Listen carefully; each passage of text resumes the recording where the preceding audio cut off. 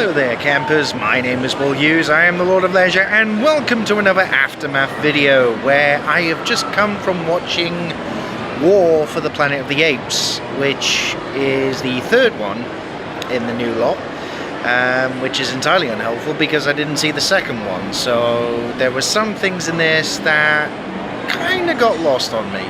So the thing I can say is that although I got the general gist of the most stuff from what happened in the film, there was some references to characters that went over my head, so I can say that if it would be beneficial but not entirely necessary to watch all of them. You see, after the very first reboot thing with James Franco, I didn't actually bother watching anymore.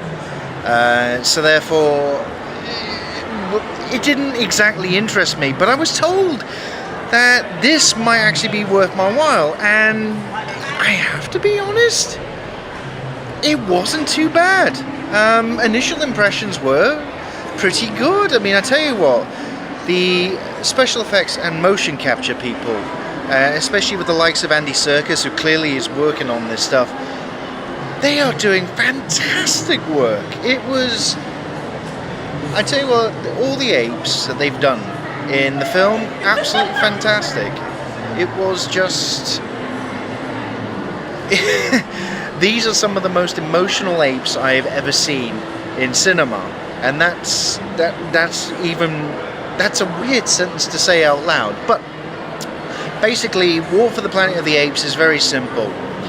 Humanity's dying out because of a virus that got unleashed when they were trying to repair some cognitive diseases in the first one, where what's his name, John Lithgow, was suffering a little bit, and James Franco was trying to cure him.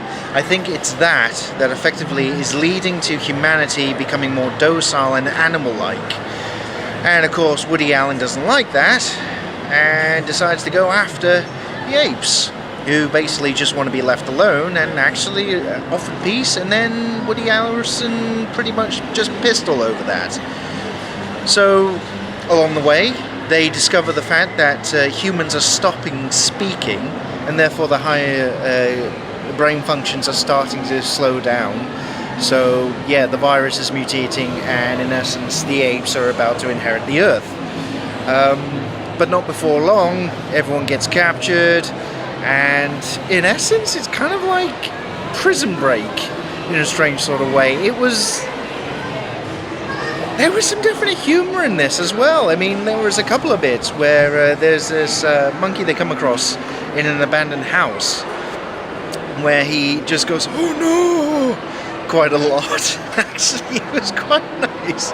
They come across a little girl who has been inflicted with the virus, but then she starts at least learning the ape sign language, so she's still able to communicate and help. But there's some bits in this that are actually pretty hardcore in some of the themes, and actually there's a moment where, well, Caesar and Woody Harrelson face off. That's all I'm going to say in terms of that, and it doesn't come out the way you expect. Absolutely not.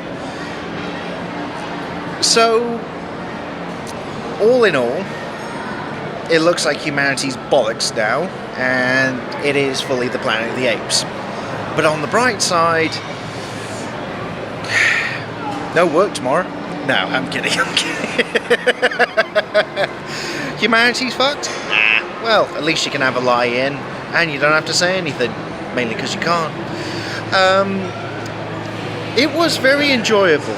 It was, and like I said, the apes were surprisingly emotional. There was some incredible work done, and if nothing else, they do deserve to have some awards or something for that, because I tell you what, the technology and what they employed, it was pretty damn good.